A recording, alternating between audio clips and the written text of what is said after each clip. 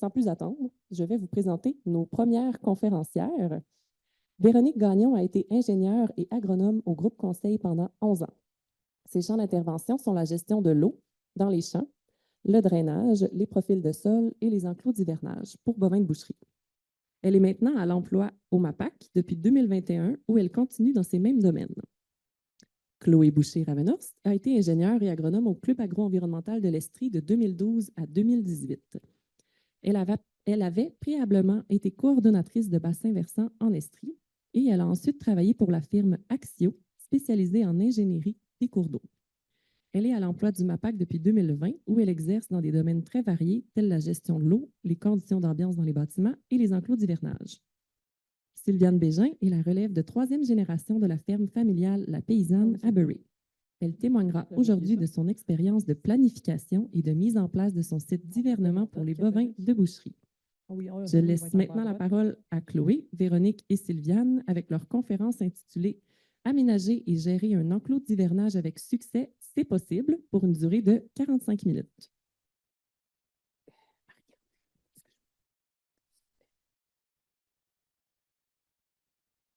Bonjour, est-ce que ça fonctionne bien? Vous m'entendez bien? Donc, bonjour, mon nom est Chloé Boucher. Là, je pense que Marie-Ange nous a bien présenté, donc je vais passer directement à notre présentation. Aujourd'hui, on va parler d'aménagement et de gestion d'un enclos d'hivernement. Plan de la présentation, je vais commencer avec quelques définitions. Je vais rappeler l'importance des caractéristiques physiques dans le choix du site pour un enclos d'hivernage. Par la suite, je vais céder la parole à ma collègue Véronique et à Sylviane qui vont parler un peu plus en détail des composantes importantes d'un enclos d'hivernage et un exemple concret là, du projet qui a été réalisé à la ferme La Paysanne là, dans les dernières années.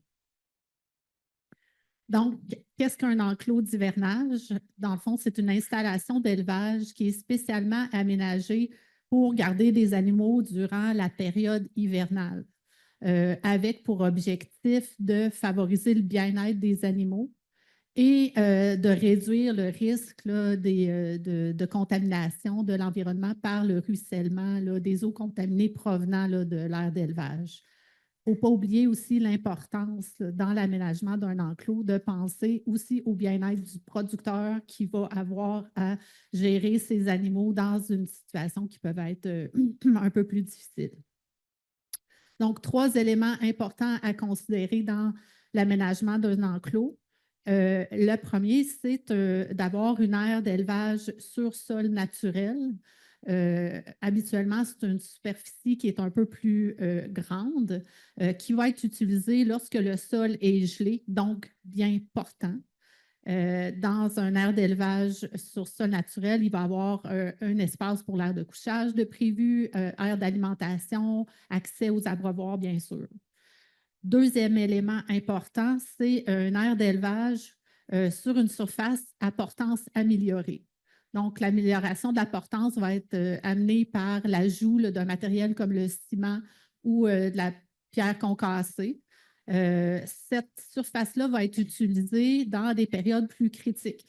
Donc, quand la portance naturelle du sol n'est pas possible parce qu'on a des conditions, par exemple, de fonte de neige, de pluie automnale ou de redoux hivernaux, mais on va ramener ces animaux sur une surface qui va être habituellement plus restreinte pour permettre d'avoir quand même une bonne portance pour les animaux. Donc, dans ces aires-là aussi, on va prévoir un aire de couchage, un aire d'alimentation et l'accès aux abreuvoirs en tout temps. Troisième élément très important dans ce système-là d'un enclos d'hivernage, pour réduire le risque de contamination des milieux naturels, c'est de prévoir une bande végétative herbacée qui va être aménagée en aval des enclos et qui va permettre, dans le fond, de filtrer et de retenir les éléments fertilisants contenus dans les eaux ruissellement contaminées qui peuvent provenir de ces aires d'élevage-là. Ça va jusqu'à là? De toute façon, vous n'avez pas le droit de poser de questions. Fait que je continue. Excusez. Donc, un document de référence très important là, au Québec qu'on utilise, c'est pour la conception et la gestion des enclos d'hivernage, c'est le guide sur les aménagements alternatifs en production bovine. Ce guide est issu d'une collaboration d'experts dans le milieu de la Fédération des producteurs de bovins du Québec, du MAPAC, de chercheurs de l'Université Laval. Donc, ce guide permet là, de pouvoir bien planifier un nouvel aménagement en donnant, par exemple, tous les aspects réglementaires qu'il faut considérer quand on choisit un site ou qu'on veut aménager un enclos d'hivernage. Il va également donner les critères au niveau géographique, physique importants au niveau du choix du site, puis je vais en parler un peu plus loin dans la présentation. Le guide donne également les critères de conception au niveau des enclos, des composantes importantes des enclos d'hivernage, fait qu'au niveau de la superficie par animal importante pour assurer le bien-être, les largeurs à la mangeoire, par exemple. Également des détails sur tous les équipements importants qui vont venir assurer que les animaux soient bien, des brise-vents, les types d'abreuvoirs, les œufs-chavots, les barrières, les corrals pour la manipulation des animaux. Également, là, un peu plus de détails au niveau vraiment de la gestion en enclos, comment on arrive à bien gérer toutes les composantes pour assurer l'objectif qui est d'avoir un bien-être pour les animaux et également l'objectif de diminuer les risques de contamination par ces installations-là. Par exemple, pour un aire de couchage, bien, on va avoir des spécifications au niveau du type de matériel, les superficies à utiliser, le type de litière, les quantités de litière, comment on récupère les litières, comment on entretient, dans le fond, les aires de couchage pour qu'ils soient toujours très efficaces. Donc, comme je disais, on parle du document de référence et le choix du site est vraiment, vraiment important parce que là, va découler plusieurs problématiques qu'on peut prévoir lorsqu'on choisit adéquatement le site pour un enclos d'hivernage. C'est important de savoir, dans le fond, qu'il y a des distances réglementaires à respecter qui sont dictées par le règlement sur les exploitations agricoles. Donc, on veut protéger les milieux sensibles environnementaux, les cours d'eau, les lacs, les milieux humides. Le REA demande une distance minimale de 15 mètres et également les puits à consommation humaine, 30 mètres pour le puits du propriétaire et 100 mètres du puits d'un voisin. Étant donné que les enclos d'hivernage, ce ne sont pas des systèmes qui sont étanches et qu'il y a des risques de contamination par les fumiers, le guide des aménagements alternatifs va un peu plus loin puis recommande des distances un peu plus grandes, basées sur des études qui ont été faites lors des éditions précédentes du guide. Donc, pour les lacs ou les milieux humides qui sont situés en aval des enclos, on va recommander une distance de 150 mètres et un minimum de 60 mètres quand on parle de cours d'eau, fossés et rigoles également installés en aval. Donc, fossés, rigoles, raies de charrue, tout ce qui est dans le fond un écoulement préférentiel qui peut amener de l'eau contaminée vers un milieu sensible doit être considéré quand on choisit un site pour vraiment limiter le risque de contamination. Qu'on se rappelle que le producteur est toujours responsable de ne pas contaminer l'environnement. Donc, c'est important d'avoir en tête ces distances-là. Donc, distance réglementaire, distance recommandée. Au niveau des caractéristiques physiques pour le choix du site, on regarde entre autres les pentes de terrain.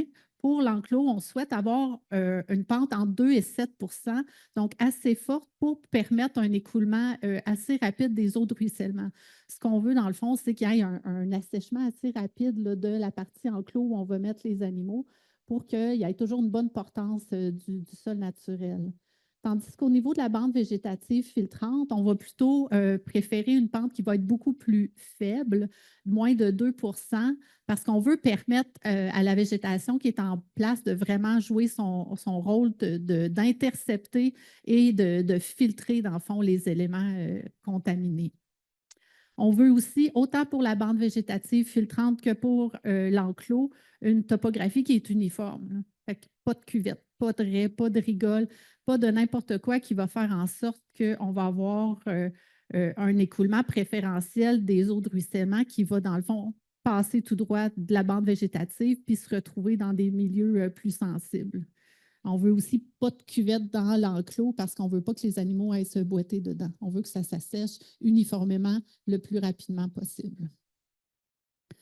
Idéalement, également, un enclos, on va le vouloir face au sud, entre autres parce que ça va permettre une fonte de neige plus rapide, ça va permettre un assèchement de la surface du sol plus rapide, puis il va y avoir aussi un confort accru pour les animaux parce que, entre autres, la litière va s'assécher plus rapidement, puis les animaux vont juste être exposés aux rayons du soleil puis pouvoir se réchauffer de façon plus agréable.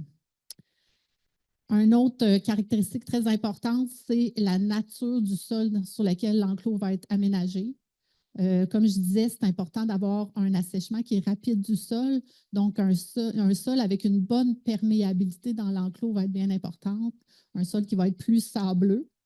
Et comme on veut également limiter le risque de contamination des nappes phréatiques par les eaux d'infiltration qui peuvent être contaminées de l'enclos, on ne veut pas nécessairement que la perméabilité du sol se fasse sur toute la profondeur. Fait qu'on veut un sous-sol qui va être plus imperméable et en profondeur et plus perméable en surface. Donc, un sable sur un argile ou un sable sur un sol un peu plus limoneux. Pas toujours idéal, mais dans l'idéal des cas, on rechercherait ce type de scénario-là. Est-ce qu'on aménage un enclos sur un cap de roche? Je vois Jacob qui dit non. Non, idéalement pas. Même si c'est une surface qui va être plus portante, on veut limiter les risques de contamination. Donc, on sait qu'un cap de roche, l'eau de ruissellement va suivre le cap puis peut se rendre dans les nappes phréatiques. Idéalement, les caps de roche, on ne veut pas ça. Autre chose à considérer aussi, peut-être plus au niveau de l'impact sur le coût pour le producteur de l'aménagement d'un enclos, c'est la distance qu'on va choisir. C'est comme on doit aménager souvent un chemin qui va être bien portant avec du matériel, des fossés. Plus on est loin, plus ça peut augmenter le coût pour l'aménagement de ce chemin-là. Même chose pour penser au déneigement pendant l'hiver. Également, si c'est plus loin, on va avoir peut-être des canalisations d'eau, d'électricité à amener. Donc, plus on est loin, plus ça coûte cher. Puis la distance aussi des bâtiments d'élevage où on va venir soigner les animaux peut être difficile. Avant de céder la parole, dans le fond, à Véronique puis à Sylviane, je voulais juste rappeler qu'il existe de l'aide financière pour l'aménagement et l'amélioration de cours d'exercice et d'enclos d'hivernage avec le programme Prime Vert. C'est un programme qui est là depuis plusieurs années puis qui continue à être en place. Dans le fond, il y a 70 de subventions possibles jusqu'à un maximum de 75 000 $ pour différents éléments là, de l'enclos d'hivernage. Le chemin d'accès dont j'ai parlé, le matériel pour améliorer la portance, les clôtures, les barrières, les amenées d'eau, tout ce qui est excavation remblai pour l'aménagement, pour faire en sorte que ce soit bien uniforme, ça également, puis tous les travaux pour l'aménagement d'une bande végétative filtrante. N'hésitez pas, si vous avez des questions, là, à interpeller les conseillers du MAPAC aujourd'hui ou plus tard pour un projet futur. Je voulais juste prendre un petit moment aussi pour vous dire qu'il existe une initiative qui a été partie par Maxime Guénard-Tessier, qui est… Maxime? Ah, il est là. Lève-toi, non, Maxime, qui est ingénieur au Club agro-environnemental de l'Estrie. Dans le fond, Maxime veut partir une cohorte de producteurs agricoles qui voudraient, par exemple, se réunir puis partager des expériences au niveau de l'aménagement d'un enclos ou de la gestion d'un enclos pour se permettre de se développer puis d'apprendre davantage. Fait qu'une genre de cohorte de co-développement sur la thématique des enclos d'hivernage. Donc, si c'est quelque chose qui vous intéresse, d'en apprendre davantage puis de partager avec d'autres producteurs qui vivent peut-être des expériences similaires aux vôtres, là, vous pourriez regarder avec Maxime qu'est-ce qui est prévu là, comme activité dans la prochaine année. Je vous remercie. Je passe la parole à Véronique ou à Sylviane tout de suite. Sylviane, tout de suite. C'est juste les petites flèches, là. Oh, en dessous. Bonjour tout le monde. Je vais prendre un petit moment pour me présenter. D'abord, je suis contente enfin de pouvoir reprendre le micro. C'est quelque chose qui me manque un peu. Impliquée depuis plusieurs années dans les différentes instances, mais on va dire que j'ai pris ma retraite. Mais ce matin, j'avais bien hâte de venir vous partager mon expérience. Je vais vous parler un petit peu. Ça, c'était pas toi, ça? Ouais, je peux le faire. Mais c'est pas grave. Hein? Dans le fond, on va vous présenter aujourd'hui, nous autres, c'est le choix du projet chez Sylviane, de d'où que ça en est venu, pourquoi qu'on a été vers un projet comme ça. Tu as un enclos d'hivernage avec une mangeoire longitudinale. Les composantes aussi importantes de son enclos, son aire d'alimentation, sa mangeoire longitudinale, ses portants à s'améliorer, son aire de couchage, son aire d'élevage, qui sont toutes des composantes que Chloé vous a présentées, les brise-vents, les abreuvoirs, puis aussi la gestion de l'enclos, comment qu'elle gère Sylviane et avec son père Yvon, les dates d'entrée et de sortie, l'alimentation, le nettoyage ainsi que le veillage. Pour vous parler un petit peu de mon entreprise, eh bien, avec mes parents, la ferme La Paysanne, on est situé à Beurré. On a été en production laitière pendant plusieurs années. En 99, on a fait la vente du quota. À la fin de mes études en 2004, on a décidé d'acheter quelques animaux de boucherie pour être maintenant compter un troupeau de 100 vaches, quelques races là, mélangées, mais majoritairement cimental Angus. Les taureaux sont cimental noir. J'ai un beau shorthorn que j'aime bien. Et on s'amuse aussi avec quelques British White. Vous allez voir, les photos sont belles, puis là, vous allez dire, mon Dieu, quelle femme sympathique. Je vous dis, je n'irai pas à l'amour et dans le pré. C'est une blague, mais c'est parce qu'on en parle, mais je voulais aussi vous faire rire. La ferme compte 220 acres en prairie, 120 en pâturage. On a aussi une petite parcelle là, de panique érigée.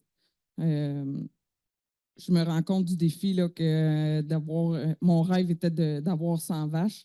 Je me rends compte avec les dernières années que la ferme n'est pas autosuffisante en foin. Ça sera une question à voir qu'est-ce qui va arriver avec l'entreprise, mais on a la chance de pouvoir trouver du foin proche de l'entreprise.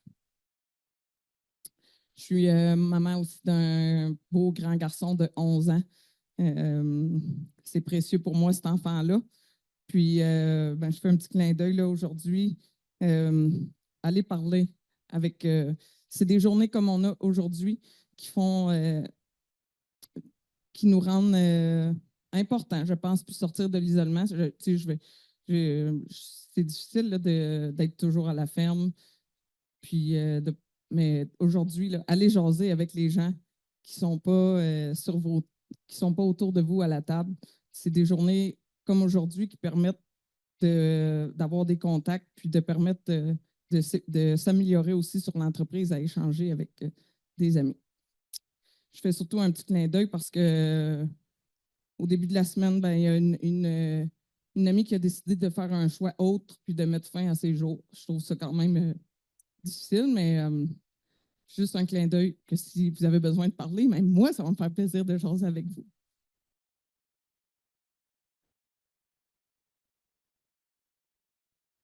Donc, par rapport à nos choix, avant de faire des améliorations sur les sites d'hivernement, c'était difficile là, pour nous là, de bien gérer le troupeau, quoique avant, on ne comptait pas autant de têtes sur l'entreprise, mais on était souvent appelés durant l'hiver, à aller dégeler les abreuvoirs et tout ça.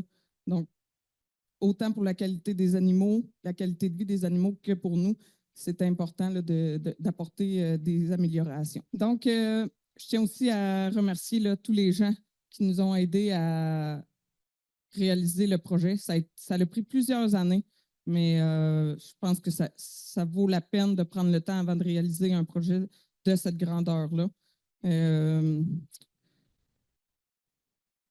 Donc, le projet a été réalisé à l'automne 2022. On va être à notre 3e hiver là, dans les enclos. Dans l'enclos 1, on compte 50 vaches. Dans l'enclos 2, 45. Puis dans l'enclos 3, on va à 60 veaux, mais à la fin du printemps, ben, il peut garder une quinzaine de veaux dans l'enclos. Fait qu'on voit ici sur la photo aérienne, on est chanceux, on a des photos quand même à jour, puis qu'on voit le site d'hivernement, qu'on voit les 3 groupes. Puis les composantes, dans le fond, ça va retrouver ce que Chloé vous présentait tantôt, les chemins d'accès qui ont été aménagés, qu'on voit qui sont aussi en haut des enclos, j'ai mis une bande en gris.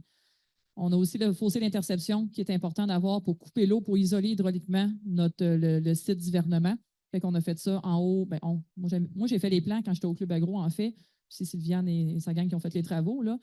L'aire d'alimentation que j'ai mis en rouge ici, c'est la partie, je vais vous le présenter, elle, la partie en béton et une partie en MG20, un genre de gravier, qui est en portance améliorée. Puis le groupe 2 et 3 qui est en haut à droite, ben, on a fait une dalle qui est séparée en deux pour les 2 groupes.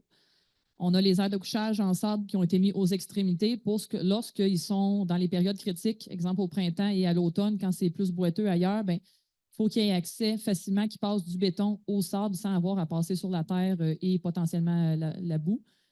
On a aussi l'aire d'élevage qui est la partie orange, que ça, c'est sur le sol naturel qui a été nivelé, puis que, je vais vous expliquer tantôt, on fait la glacière pour faire geler plus en profondeur et que ça ait de la portance.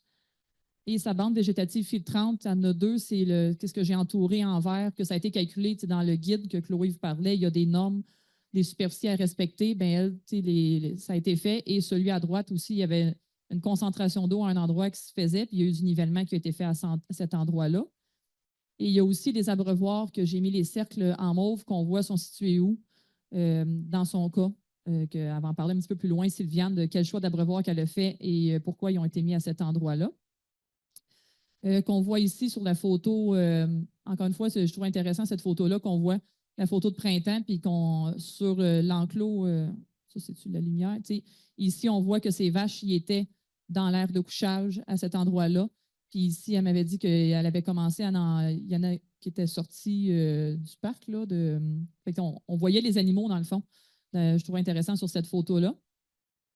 Puis ça, c'est une photo de drone que Sylviane, un de ses amis qui est venu prendre des photos, qu'on le voit, c'est en octobre qui sont venus, en tout cas, cet automne, qu'on voit l'air bétonné qui est ici. On a le gravier, les aires de couchage en sable qui sont rendues un peu, vu que ça fait quelques années, il y a un peu d'herbe qui a poussé dessus, puis on voit le reste de l'enclos. On a ces barrières de l'ouest qu'elle utilise pour ses brise-vents qui sont là. Puis on voit, là, comme je disais tantôt, qu'on les voit, les animaux dessus. Puis, l'aire d'alimentation est dans son cas. Il y a une partie qui est en béton, que je montre avec le rectangle orange ici. Et il y a des blocs de béton qui ont été mis, la petite bande dans le milieu. On va le voir sur d'autres photos pour aller à côté, dans le fond, quand elle va aller gratter pour faciliter le nettoyage. Elle a la portance améliorée pour l'aire d'alimentation qui est du MG20, du roc concassé, qui pourra vous en parler un petit peu tantôt. Ça fait comme de l'asphalte quasiment, tellement que ça se tape. C'est pour ça qu'on a mis ça, pour. C'est supposé d'être théoriquement, selon les superficies calculées pour l'aire d'alimentation, ça aurait pu être tout en béton, le mauve et le rouge. Mais là, par souci d'économie, puis pour que ça soit plus facile, ça a été fait de cette façon-là. Les aires de couchage qu'on voit, comme je vous présentais un peu sur le plan tantôt, les aires de couchage en sable, à portance améliorée. Puis on voit ces tas de fumier lorsqu'elle gratte, puis qu'elle va porter ces tas dans l'enclos. On les voit sur la photo aérienne. Moi, je trouve ça intéressant qu'elle met dans son site d'hivernement, fait que ça va être filtré les écoulements par la bande végétative filtrante qu'on voit le vert ici. Puis je disais tantôt, il y a eu du nivellement qui a été fait. Le sol, les travaux ont été faits à l'automne 2022, fait que ça n'avait pas eu le temps de repousser encore au printemps. Fait qu'on voit un petit peu la concentration, mais maintenant, c'est bien vert, le foin, il pousse bien partout. Donc, la particularité chez Sylviane, c'est sa mangeoire qui a été fait, son aire d'alimentation en portance améliorée. C'est une mangeoire longitudinale. Donc, au lieu d'avoir des râteliers qu'elle va mettre dans son enclos, mais c'est vraiment les animaux sont soignés par l'extérieur, fait qu'elle n'a pas à rentrer tout le temps. On a mis un 30 pouces, fait qu'un 2,5 pieds, 75 cm par vache-veau pour qu'il y ait la superficie, c'est selon les normes aussi, pour qu'on puisse avoir toutes les vaches qui peuvent manger en même temps. Selon le Bovier Expert, il y a M. Jacob qui a travaillé avec Sylviane pour son projet aussi.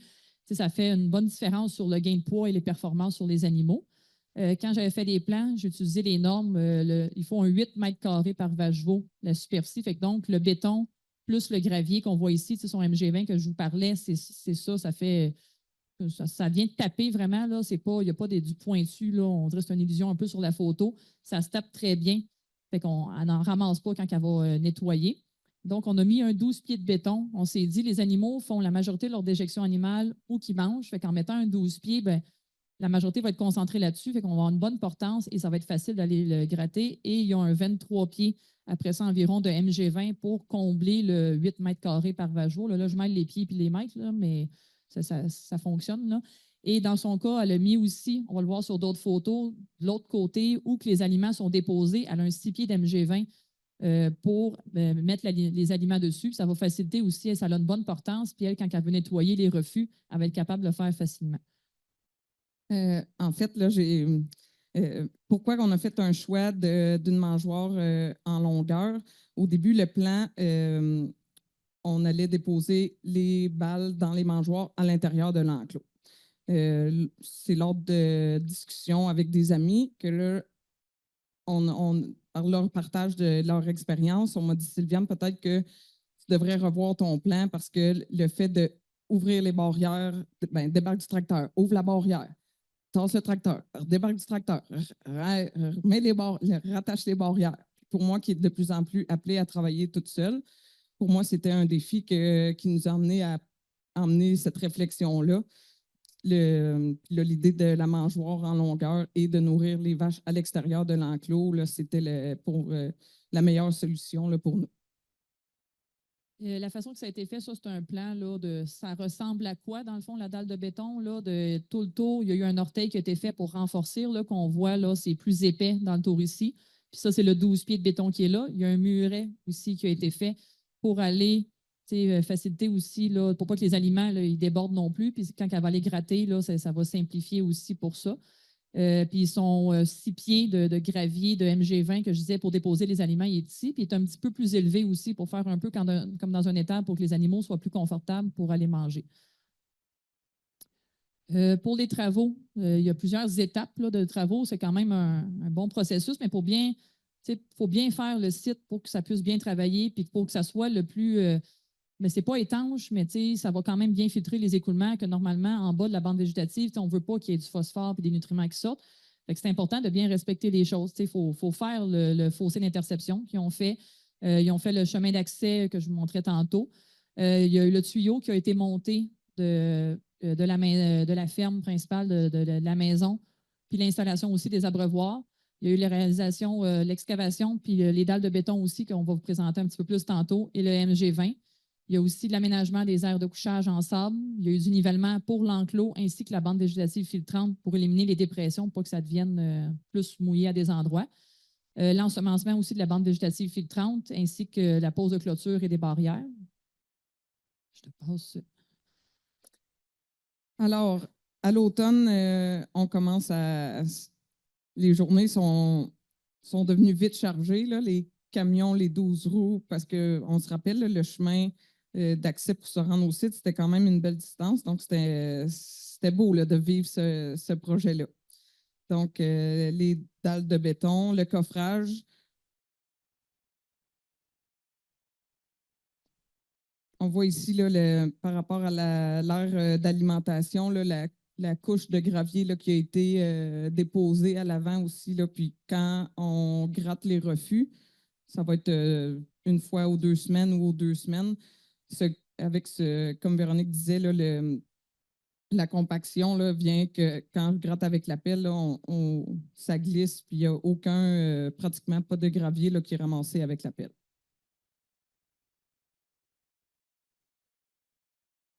Donc, si on voit une photo là, du groupe de Thor là, au printemps, du premier hiver, là, on voit bien là, le confort des vaches. Là. Puis aussi la sécurité là, que quand on vient pour déposer la belle de foin, ben, je n'ai pas à aller me promener là, au travers des vaches. Aussi, là, le fait d'avoir installé un muret, puis la différence d'auteur pour le confort de l'alimentation des vaches. Puis le muret fait aussi un stop pour éviter le gaspillage du foin. Donc, les vaches sont alimentées uniquement de foin, des balles rondes, rotocotes ou non, tout dépendant du groupe. Puis, c'est de 6 à 8 balles par jour que je vais ajouter. Puis, je les déroule au tracteur une bonne partie. Puis, beaucoup d'amis me disent que je travaille trop, mais c'est la forme. Là. J'ai la fourche chez mon ami. Puis, régulièrement, ben, c'est aussi le plaisir d'être avec mes vaches, mais j'aime bien aller brasser le foin. On dirait que ça les.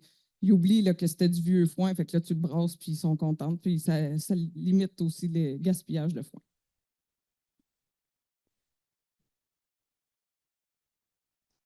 Donc, le fait d'avoir changé le projet puis de mettre les mangeoires, ça a été quand même une décision qui s'est faite vite. Il fallait rapidement trouver la méthode pour installer les câbles et tout ça.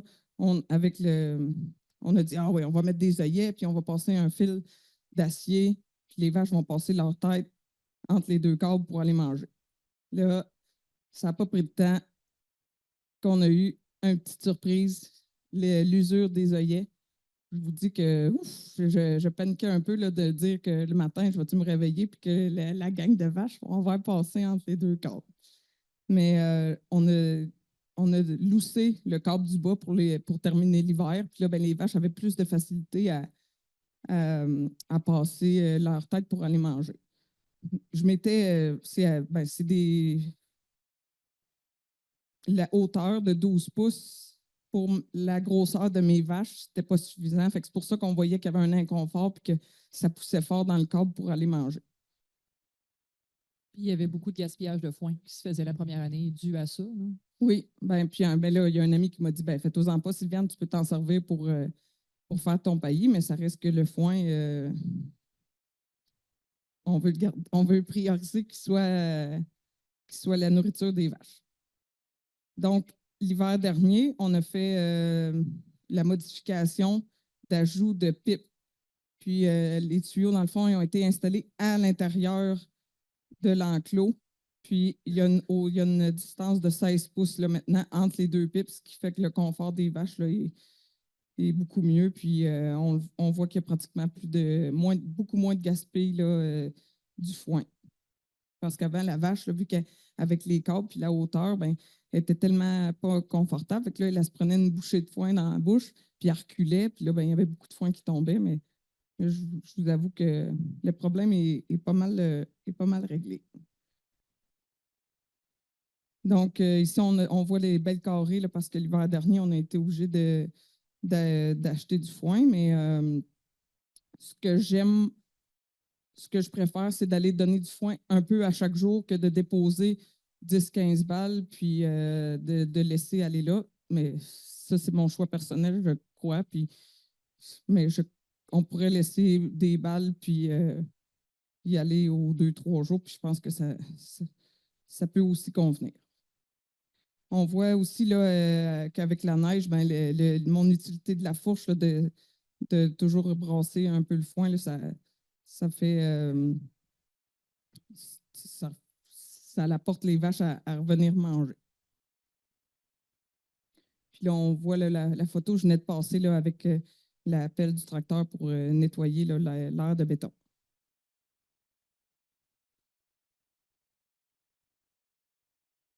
Donc, ici, là, on est plus au mois de février. C'est sûr qu'avec nos hivers là, qui sont doux et tout ça, mais on voit bien que l'espace où le gravier, le béton, que les vaches sont confortables et qu'il y a une belle portance.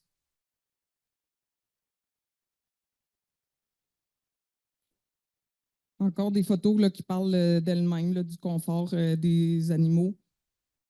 Puis, on est dans le groupe où il y a plus de. Là, vous dites, oh mon Dieu, il y a donc bien du monde, mais c'est parce qu'il y avait encore quelques veaux là, qui n'étaient pas sevrés des mères. L'aire de couchage, dans le fond, l'autre composante de la portance améliorée, elle a mis un géotextile, puis elle a rajouté 2 pieds d'épaisseur de sable pour vraiment que qu'il soit confortable. Puis on voit sur la photo à droite, ça fait quasiment comme une plage, dans le fond. Là, ça sèche très vite au printemps, le sable, puis la neige va fondre, ça fond bien dessus. Puis les animaux, ils vont être plus confortables vu que c'est plus chaud, fait qu'ils vont vraiment aller se coucher là lorsque l'enclos, l'aire d'élevage, le sol naturel est rendu plus mou. Encore une fois, il y a une superficie recommandée dans le guide qui est de 12 mètres carrés par vageur. C'est ce qu'on a utilisé lorsque j'ai fait les plans pour son site. L'entretien est quand même minime. Là, elle me disait qu'elle avait fauché parce que la mauvaise herbe embarque un peu dessus, mais pendant l'hiver, je pense que ce n'est pas problématique. Puis on voit la photo à gauche, ben, c'est lors des travaux, là, le sable qui amenait. Puis c'est important d'avoir vraiment un bon sable filtrant, de ne pas prendre un petit sable fin limoneux ou quoi. Ben, j'en ai vu des sites, moi, au centre du Québec, ça n'avait pas de l'air comme sa photo à droite, la Sylviane. C'est pour ça que j'avais demandé comment ça va chez vous, parce que je n'avais vu que c'était boiteux puis que ça allait pas bien. Mais en mettant un bon sable filtrant, puis à la limite, en rajoutant avec les années, là, c'est tout récent, là, mais s'assurer qu'il y a un endroit qui va bien sécher. Puis c'est aussi un endroit que ils vont moins faire de déjection à cet endroit-là. Puis, en tout cas, quelqu'un d'expérience qui me disait que le fumier, il disparaît quasiment dans ce sable-là. Puis la période d'utilisation, par exemple, c'est important de s'assurer, il ne faut pas qu'il y ait accès à ça de novembre jusqu'au mois de mai, juin. Il faut vraiment dans les périodes critiques seulement, parce que c'est là que ça va devenir, sinon il va y avoir des déjections beaucoup dessus, puis là, c'est là que ça va devenir qu'il va perdre ses qualités d'avoir autant de portance. Une composante qui est importante pour assurer le succès d'un enclos, c'est de faire la glacière dans la partie aire d'élevage, sur le sol naturel. Il faut faire geler le sol en profondeur, puis il faut que ça reste gelé le plus longtemps possible pour qu'on garde une bonne portance sur notre sol, vu que ce n'est pas une partie à portance améliorée. Fait que c'est d'augmenter la portance de l'aire d'élevage. Les façons pour le faire, là, c'est sûr que des automnes comme on a présentement, là, qui sont très chauds, de faire geler le sol puis de faire rentrer le gel en profondeur, en ce moment, je pense que c'est impossible, là, mais lorsqu'il y a de la neige, d'enlever de la neige, puis de passer, de flatter, de gratter, de niveler pour vraiment faire un peu le principe d'une trail de motoneige. C'est une piste de skidoo pour que le gel, il rentre à profondeur, puis après ça, aller mettre de la litière là-dessus, comme on voit sur sa photo en haut à droite, puis même en bas à gauche, d'aller garder notre glacière, garder le gel là avec la litière à cet endroit-là, d'aller mettre des couches successives de litière. Et c'est à cet endroit-là, sur cette glacière-là, que les animaux vont se coucher pendant l'hiver au lieu de l'aire de couchage en sable qui est dans la portance améliorée. Fait qu'elle va garder son gel, ça va étirer sa portance un peu plus longtemps dans l'enclos. On est rendu au brise-vent. C'est toi. C'est en fil, fait que c'est juste des photos là, qui vous montrent l'importance du brise-vent. On a travaillé avec les barrières, là, les fameuses barrières de l'Ouest, mais qui est un incontournable, puis on dit qu'on n'a jamais assez de barrières. Je vais racheter des barrières parce que pour manipuler les animaux, c'est facilement manipulable. Puis dans le fond, c'est aussi la barrière brise-vent, c'est elle qui est utilisée pour séparer l'enclos 2 et 3. Donc, pour quand vient le temps des sevrages, là, ça donne une bonne barrière là, qui aide, dans le fond, à couper le lien entre la mer et le veau. Le choix des abreuvoirs, on est allé dans le thermosync, la géothermie. C'est le meilleur choix qu'on a fait. Pas de coût d'électricité. Ça a été seulement un tuyau de carlon d'1 pouce qui a démarré de la ferme. Puis on a monté ça. Puis avec la pelle mécanique, on a creusé un bon trou. On met ça. Puis c'est bingo. Pour moi, c'était important, là, par contre, de faire une petite structure autour de l'abreuvoir là, pour la protéger au maximum. Donc, puis c'est que quand les animaux ils sont seulement dans la partie de sable, c'était aussi important d'avoir accès à l'eau des deux côtés. C'est pour ça qu'il y a un peu là, cette petite barrière-là entre les mangeoires. La façon que ça fonctionne, on le voyait sur l'image, c'est l'eau qui circule dedans, là, celle du milieu. C'est l'eau qu'en circulant qui va faire que ça ne va pas geler. Fait que il faut que ça soit enterré. Je pense que c'est 6 pieds 8 qui est écrit sur le plan. Puis c'est ça qui fait que ça ne gèle pas. Puis à la limite, je pense, je ne sais pas toi si ça a déjà gelé. Là. J'avais vu un gars en Abitibi qu'il y avait une petite mini couche de glace sur le dessus, mais sinon, ça fonctionne très bien pour ne pas geler sans avoir de courant. Puis dans son cas, c'est parce que monter le fil électrique pour mettre des abreuvoirs chauffants aussi, ça coûtait. Ça coûtait 14 000, là, juste monter le fil là, avec les installations. Puis on remarque aussi là, que l'abreuvoir est quand même sorti d'un pied de terre. Puis pour moi, c'était important pour apporter le confort à la vache que lorsqu'elle boit, que ça ne soit pas trop bas aussi là, avec l'accumulation de neige et glace. Il y a eu une dalle de béton puis du MG20 autour aussi parce que c'est des endroits propices à que ça devienne boiteux. Là. Fait que pour avoir de la portance, de ne pas lésiner là-dessus là, parce que c'est un endroit qu'ils vont tout le temps aller. Là. Exact. Donc, les vaches, dans la date d'entrée, pour les 2 premiers hivers, on est allé les vaches sont rentrées après Noël.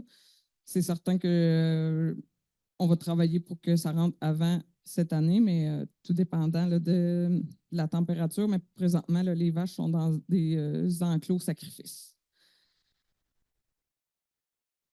Puis elle regarde pour augmenter un peu sa superficie en portant s'améliorer, justement, parce que là, le sol n'est pas gelé dans son aire d'élevage. Puis des mètres, oui, les normes qui ont été faites, le 8 mètres carrés, le 12 mètres carrés, c'est des normes, mais avec les hivers qu'on a eus, les automnes, que le gel tarde beaucoup, c'est difficile d'aller faire de la glacière très tôt. Puis, il faudrait qu'elle les rentre plus tôt qu'au mois de janvier dans l'enclos. Fait une façon aussi qui devrait être fait peut-être, c'est d'aller comme clôturer quand on les rentre dans le site d'hivernement, mais qui a accès seulement au gravier, béton et au sable.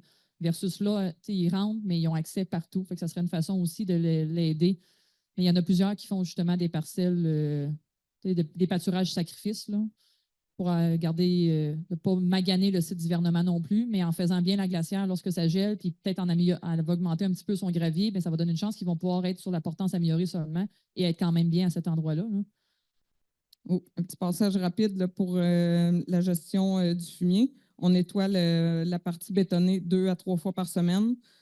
Puis les blocs de béton là, au bout de la dalle de béton là, qui m'aident à récupérer le fumier plus facilement. Donc, cet été, on a fait appel à l'appel mécanique là, pour nettoyer complètement les enclos, puis pour ensuite épandre le fumier dans les champs.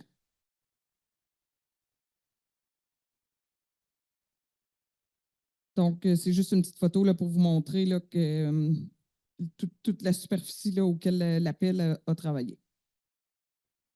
On fait, c'est par choix là, de faire la majorité des veillages dans l'enclos d'hivernement pour prioriser, pour faciliter ma gestion. Quand j'ai un problème, les animaux, vu qu'ils sont tout le monde au même endroit, ben, si j'ai une intervention à faire avec le corail, je peux facilement approcher les bêtes là, dans les bâtiments. Puis, autant sur le sable ou sur la paille, là, c'est vraiment un endroit là, qui est confortable autant pour la mère que les petits veaux.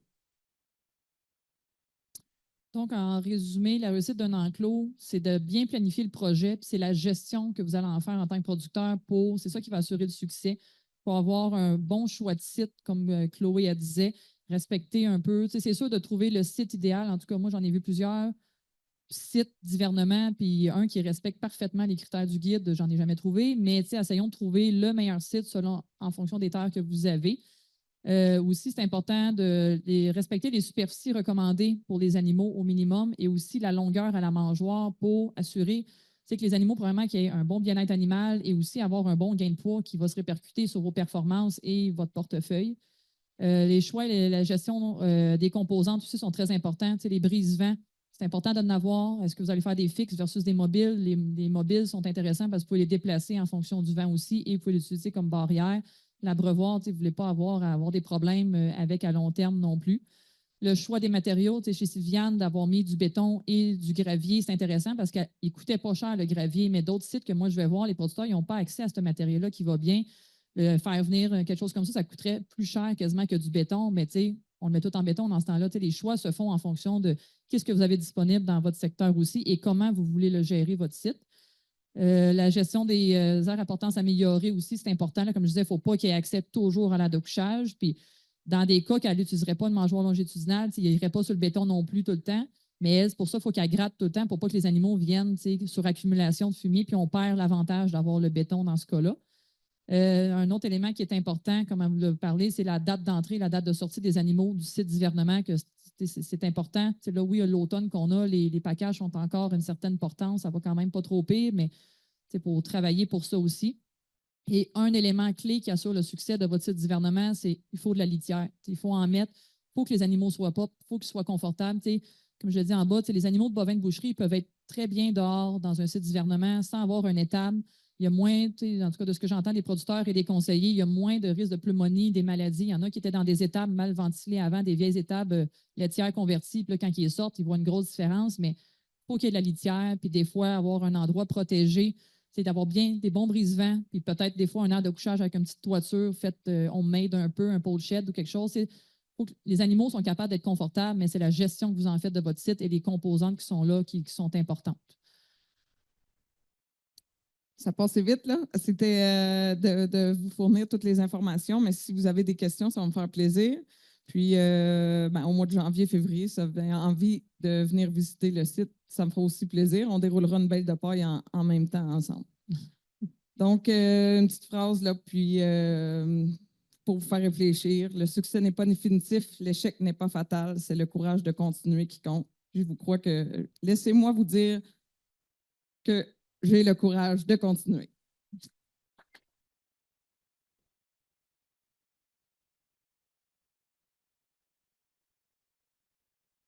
Merci beaucoup, Chloé, Véronique et Sylviane.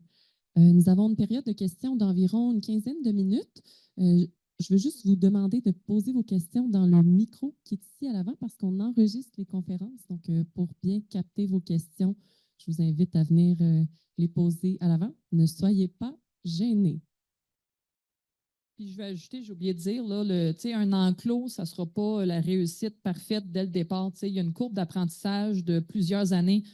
Quand vous partez de jamais avoir eu ça, à en avoir un, c'est normal que c'est pour ça le succès, il n'est pas dès le départ non plus, là, mais ça peut aller très bien lorsque vous le faites bien. Là.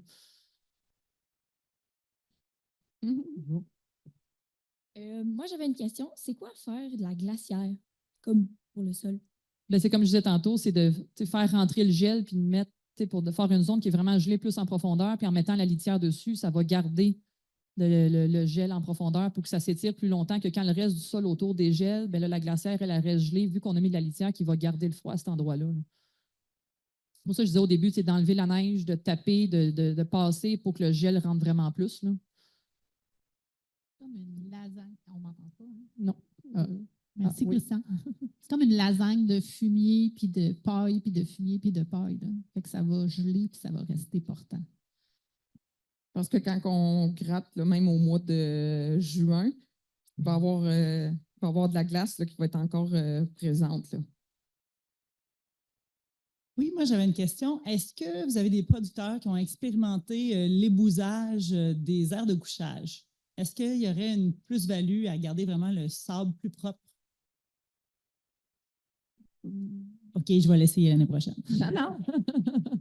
Mais honnêtement, là, on a vu que c'était un peu herbacé, là, mais le fait des piétinements des vaches, là, quand ils vont arriver là, dedans, là, on dirait que ça fait tout disparaître ça. Puis là, au printemps, là, la neige qui disparaît. Puis là, je me fais ah, mon Dieu, on retombe sur le sable.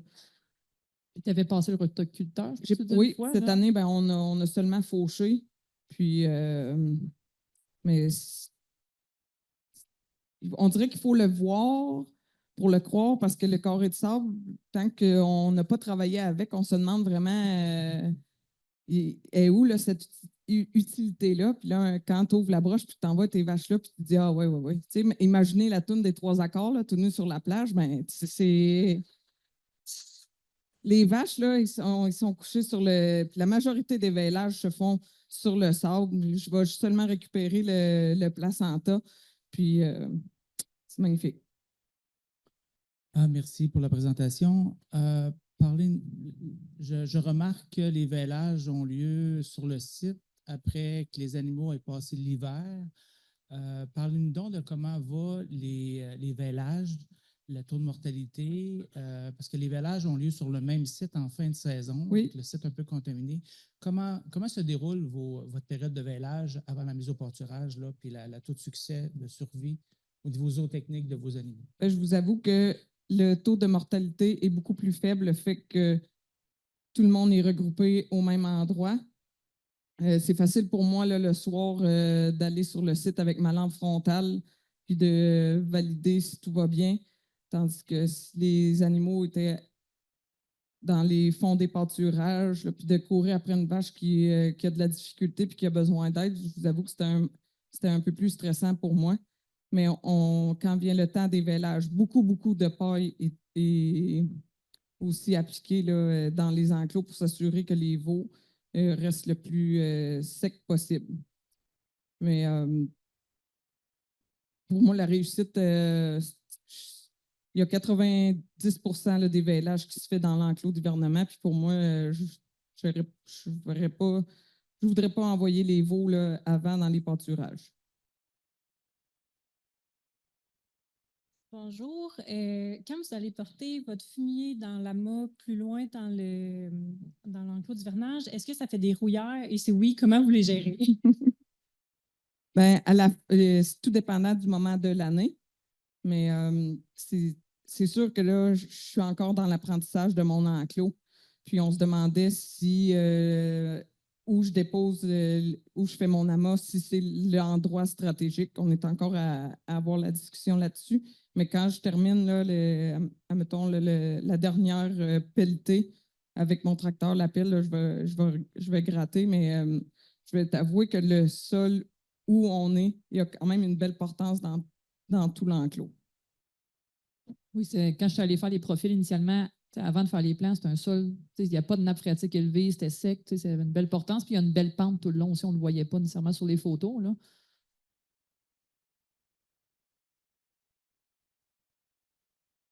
J'ai une autre question par rapport au fumier, de gratter le fumier. Les périodes fraîches dans l'hiver, vous n'avez pas de problème que ça gèle, qu'on n'est pas capable de le gratter? Bien, on est quand même chanceux. Dans les 2 derniers hivers, ça a été quand même assez doux. Il y a peut-être une semaine où que je ne suis pas capable de passer du tout puis de rentrer, mais le fait que précédemment, il n'y a pas eu trop d'accumulation. C'est le fait de passer quand même 2 à 3 fois par semaine qui va m'aider. C'est sûr que si je passais rien qu'une fois par semaine puis que là, le gel prend vite, là, peut-être que ça serait un moment un peu plus critique, mais pour le moment, je n'ai pas eu de problème de gestion là-dessus. Donc, mais disons qu'on a moins 20 pendant une semaine, là, ça gèle. Puis, ça gèle, mais je vais quand même donner un coup de pelle pour enlever les bouses un peu plus fraîches qui n'ont pas eu le temps de geler. Je vais quand même donner un coup, puis à un moment donné, là, ça va devenir plus doux. Puis là, avec ma pelle, je suis quand même capable de bien ramasser là, l'excédent. Mais dès qu'il y a un redout, j'ai une bonne journée. OK, merci.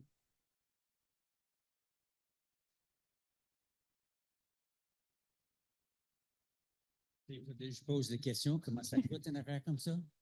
Ah! La question qui tue. Elle ne sait pas, ça va le dire. Hein. C'est très variable d'un site à l'autre. Ça dépend de l'entrepreneur beaucoup. Tu sais, le béton coûte cher, mais en faisant moins, ben, tu peux souvent sauver. Tu sais, là, il y a la subvention aussi qui s'applique. Tu sais, j'en vois là, des projets qui sont en cours actuellement, puis tu sais, ça dépend des choix que tu fais, là, mais en faisant pas de toiture, en faisant seulement une dalle de béton, le gravier, puis tout, ça limite les coûts quand même. C'est beaucoup moins cher que d'aller faire un bâtiment. Ce n'est pas des projets à 150 000 non plus, mais j'en ai vu là, des soumissions récemment pour le béton, que j'en avais un pour une dalle de 100 pieds par 12, il était à 18 000. C'était quand même pas trop pire. C'est pas 18 000 de projet total, là, mais... 150 000. Mais ben, elle était dans l'ancien programme, c'était un peu différent. Là, c'était un maximum de 75 000 de subvention qui est 70 de subvention. Là. Mais c'est un projet qu'on devait faire parce qu'on pouvait pas continuer comme on était. Puis mon rêve qui était d'avoir les 100 vaches, il y a le bien-être des vaches, mais pour moi, là, de travailler dans les enclos, j'ai hâte que les vaches soient là. J'en vois d'autres des soumissions récemment, c'est peut-être un petit peu moins que ça, mais dépend du nombre d'animaux, beaucoup, puis des superficies. Là. Bonjour. C'est une très bonne présentation de votre setup. Mon question, c'est quand tu fais le valage sur l'enclos, est-ce que tu donnes du moulet ou de alimentation comme beaucoup plus haut de protéines ou qu'est-ce que vous faites avec ça pour les vaches mangent jamais de minéraux, Mais l'alimentation est seulement du foin, ben, je vais changer mon foin quand la période de vêlage commence. Mais sinon, comme les vaches sont alimentées seulement à l'herbe, là, ben, c'est minéral, bloc de sel, puis le foin. Mais le secret, c'est qu'il manque jamais de foin, puis que je vais souvent brasser le foin avec ma fourche. La fourche. Mais on dit que je vais me fatiguer, mais moi, je trouve que ça tient la forme, la fourche. Fait que... Puis, comme tout le foin pendant l'hiver, c'est tout le foin très bon. Tu fais le meilleur foin que tu peux faire. C'est comme ouais, mais 16%, 18% de protéines, quelque chose. Ouais, puis ben, 14. Ouais. OK. Merci. Et pour revenir au coût, j'ai oublié de dire, il y a la subvention Prime Vert, mais il y a aussi avec la financière agricole PICD, là, Plan d'investissement en croissance durable, qui a 25 de subvention sur le prêt. Fait que quand on cumule ça, quand le projet ne coûte pas trop cher, ça fait que ça vous revient pas si pire que ça, là, de la partie que vous avez à payer là, de l'entreprise. Ça se cumule, ces programmes-là. Là. Bonjour, justement, on parlait de foin. Tu me parlais que tu donnais du Rotocop ou Rotocop. C'est quoi les raisons et pourquoi? Foin première coupe est souvent Rotocop. Deuxième coupe, ça va dépendre du foin. Mais on apprend à... Je me rends compte que quand les vaches sont dans la mangeoire, ben, dans l'enclos de gouvernement, ça va être préférable que tout le foin soit Rotocop. Fait que c'est sûr que pour l'année prochaine, on va peut-être modifier puis qu'on va passer tout le foin Rotocop, mais le fait qu'il soit encore plus court, ben, ça l'évite encore moins de gaspillage de foin. Bonjour. Je me demandais, est-ce que ça a été évalué les quantités de nourriture qui doivent être apportées en supplément parce que les animaux restent dehors versus le bâtiment? Parce que oui, on paie moins cher pour des installations extérieures, mais est-ce que c'est évalué le coût en alimentation qui doit être augmenté? Ça pourrait faire partie de la cohorte. Mais non, mais tu sais... Elle partait de dehors déjà, là, dans le fond. Là, mais l'autre fois, ma collègue m'en avait dit là, un chiffre, mais je l'oublie. C'est sûr qu'ils ont. C'est un petit peu plus froid, fait qu'il faut qu'ils se maintiennent plus, fait qu'il y a une certaine différence, là, mais je m'en souviens plus c'était combien. Là, mais je ne sais pas si ça compte. Les bâtisses, j'en vois des soumissions. Là, Passer vite la présentation, mais où l'abreuvoir est situé, ça donne quand même une petite distance à la vache qui mange pour aller boire. Fait que tout ça, tu sais, mais aussi la brise. Il y a plein de facteurs, là, les belles rangées d'épinettes qui sont plantées tout autour des enclos aussi là, apportent un confort qui va tout jouer dans l'alimentation.